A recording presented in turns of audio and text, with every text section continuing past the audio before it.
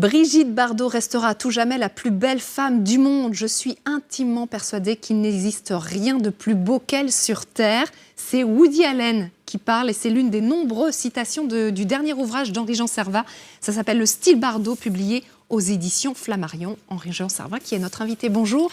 Bonjour Magali, bonjour. Merci d'être avec nous pour nous parler de cette icône, de ce mythe absolu français. Pourquoi est-ce que Brigitte Bardot fascine toujours autant, encore aujourd'hui? Parce que je crois qu'il y a une génération de gens qui ont dans les 50-60 ans, qui ont été éblouis à l'époque. Moi, je me souviens, gosse, avoir entendu un curé dans une église qui avait dit « N'allez pas voir, chers fidèles, les films de Brigitte Bardot ». Mais c'est surtout ce qu'il faut toute une génération a eu envie d'aller voir Brigitte Bardot. Parce que Brigitte Bardot, il faut comprendre que dans le cinéma français moitié des années 50, 60, alors que le cinéma était encombré par, il y a des actrices que j'adore, mais par des dadames façon comédie française, avec des colliers d'Astrakhan, avec des colliers de perles, avec des colonnes d'Astrakhan, des manteaux de vison et tout. Elle a dépoussiéré tout ça, parce qu'elle a été un éblouissement. Si on ne comprend pas que Bardot a été en 56, quand ça aurait dû écrire à la femme, le film de son triomphe, c'est un éblouissement pour tout le monde. Jeune, naturelle, fraîche, vive, magnifique. C'est du jamais vu dans ce cinéma d'après-guerre. Mais jamais vu, je dirais. Elle disait un dialogue, elle arrangeait le dialogue à sa façon, elle portait ses propres vêtements, elle disait ce qu'elle avait envie de dire, elle aimait les gens sur l'écran, elle les aimait hors écran. On était stupéfait parce que c'était non seulement une magnifique actrice sur un écran, mais c'était une fille qui vivait hors écran comme elle vivait sur la pellicule. Donc les gens, c'était naturel, c'était frais, on comprend qu'il n'y avait pas... Vous savez, les gens ne pardonnent pas l'hypocrisie, la malhonnêteté, la fourberie, quoi. Elle était naturelle et franche. Alors, je crois qu'il y a eu ça. Les gens ont découvert cet éblouissement qui les a... je sais pas, ça irradiait, ça radiait, c'était tétanisant de beauté. Et après, elle a appris la compassion aux gens. À une époque où tout un chacun se fout du destin des animaux, chacun choisit le combat qu'il veut, elle a appris, je quitte tout, j'abandonne tout, elle a vendu tout. Vous allez chez Bardot, moi j'ai fait ce livre, pas avec une photo qu'elle m'a donnée, plus avec un modèle de robe, elle a tout vendu pour les animaux. Et les gens ont découvert que cette fille qui les avait éblouis par sa splendeur, par son insolence et par sa beauté, a été capable d'une compassion hallucinante. Allant faire ce qu'elle a fait. Moi, je l'ai vu partir au Canada, on l'a vu partir... Moi, je suis allé avec elle, elle m'a emmené en voyage. On est allé en Roumanie, dans des mouroirs à chiens. On est allé dans des... Elle s'est couchée sur la route pour empêcher des camions qui transportent du... Elle a un véritable engagement. 100% pour son combat. Et pour répondre à votre question, cher Magli, je pense que c'est ça. Pourquoi elle fascine? Parce qu'elle a su trouver sa vie, je veux dire. Elle a su vivre une vie extraordinaire et puis après vivre sa vie comme elle avait envie de la vivre. Et elle apprend des choses aux gens. Et voilà. Ça, c'est remarquable. Effectivement, vous essayez de décrypter ce style Bardot à travers des photos qui sont absolument magnifiques au fur et à mesure de sa carrière, entre son mannequinat, sa carrière d'actrice et ensuite son combat. Vous avez recueilli quelques témoignages. Vous l'avez fait parler elle-même, puisque vous la connaissez très bien. À deux mots, oui. Elle m'a pas... Et en plus, je vais vous dire une chose, c'est que c'est elle qui voulait ce livre. Parce qu'elle me dit, j'en ai marre, on voit toujours des photos de moi. Bon, je suis plus toute jeune, je suis avec des animaux. Attends, elle adore les animaux, hein, c'est pas quoi. Mais elle avait envie de laisser qu'il y eût un livre qui exista et qui la montra radieuse, éclatante, belle. Donc ça veut dire qu'elle est encore attachée à cette image. Moi, ce livre, c'est elle qui l'a voulu. Moi, je suis pas spécialiste de mode. Je suis pas spécialiste. Je suis ami de Bardot que j'adore au-delà de tout.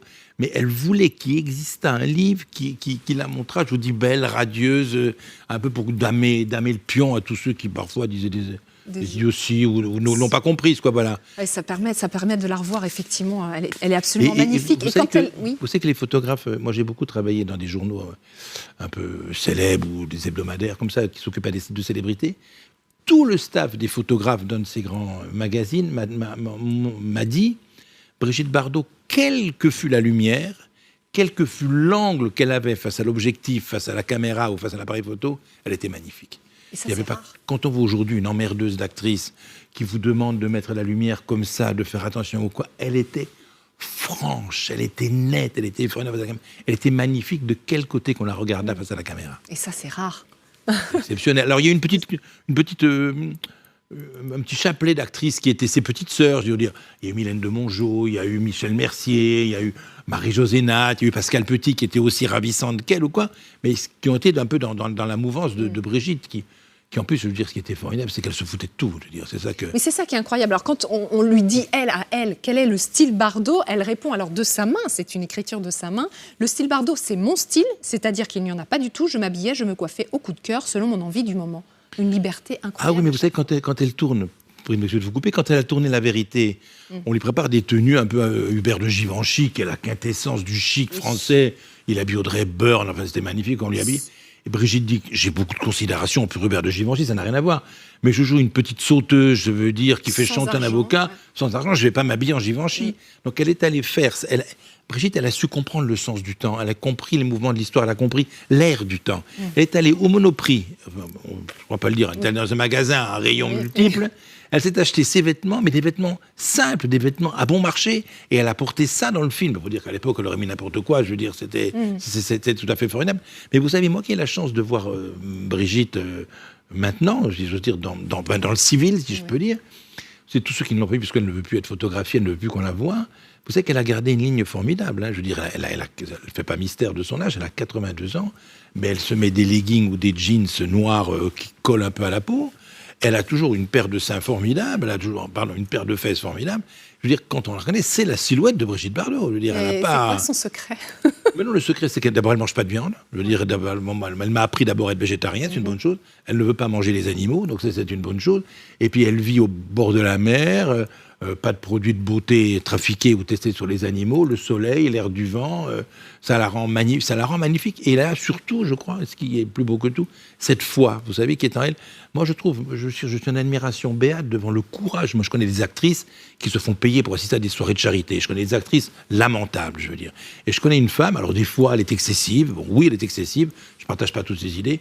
Mais je veux dire, d'avoir dévoué sa vie. On ne peut plus parler des animaux. On ne peut plus se désintéresser des animaux après les discours de Bardot. Pas possible. Et la façon dont les politiques, pour parler d'eux, il y en a, ne s'en occupent pas, s'en fichent.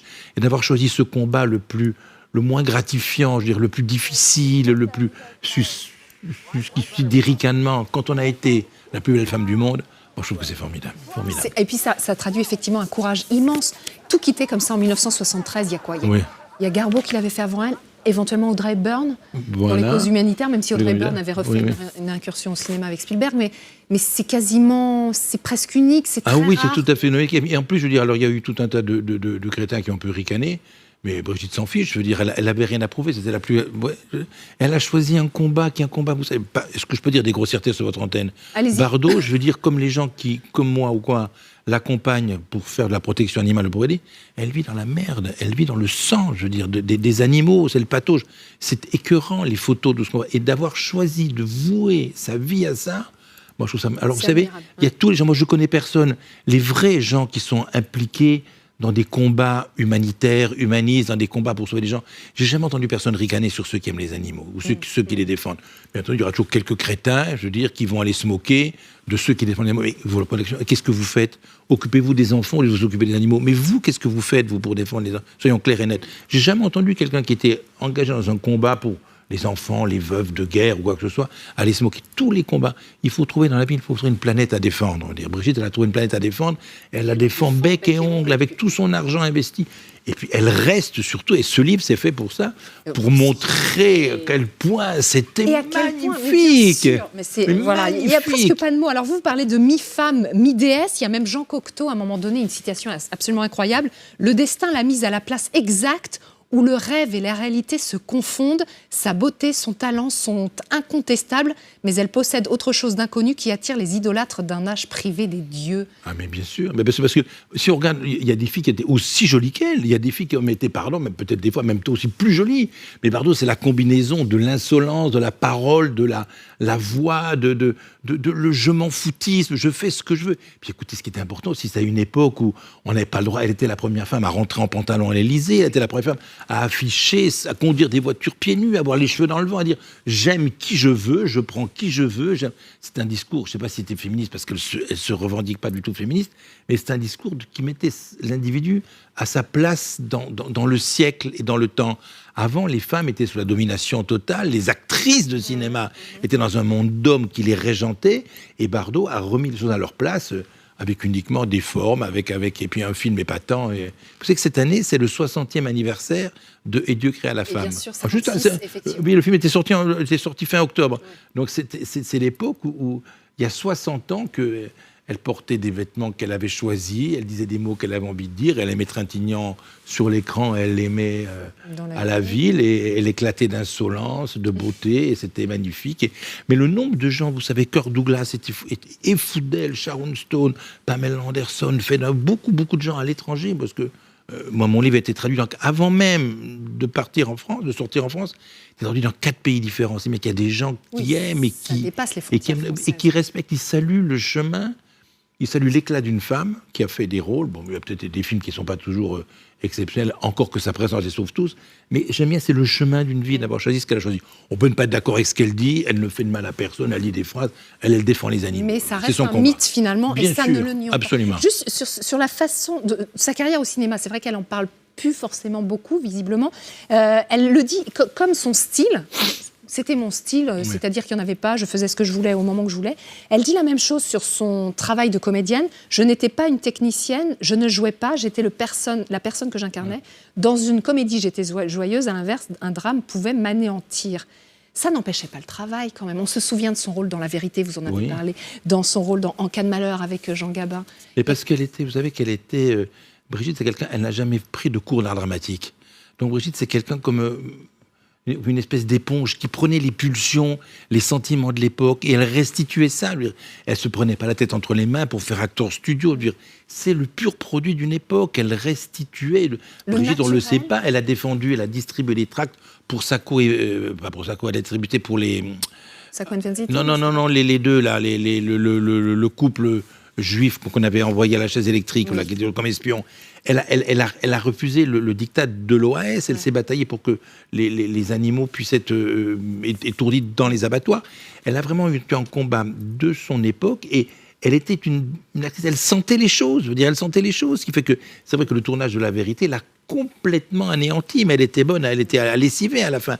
La fameuse scène, elle a joué une seule fois, elle vivait les trucs jusqu'au bout, elle faisait frissonner la pellicule, ça qui était beau, elle faisait palpiter. On a juste envie de la revoir, La Vérité en cas de malheur notamment. Bien sûr. Et relire pour bien tout comprendre et revoir ces photos, encore une fois magnifiques, je me répète.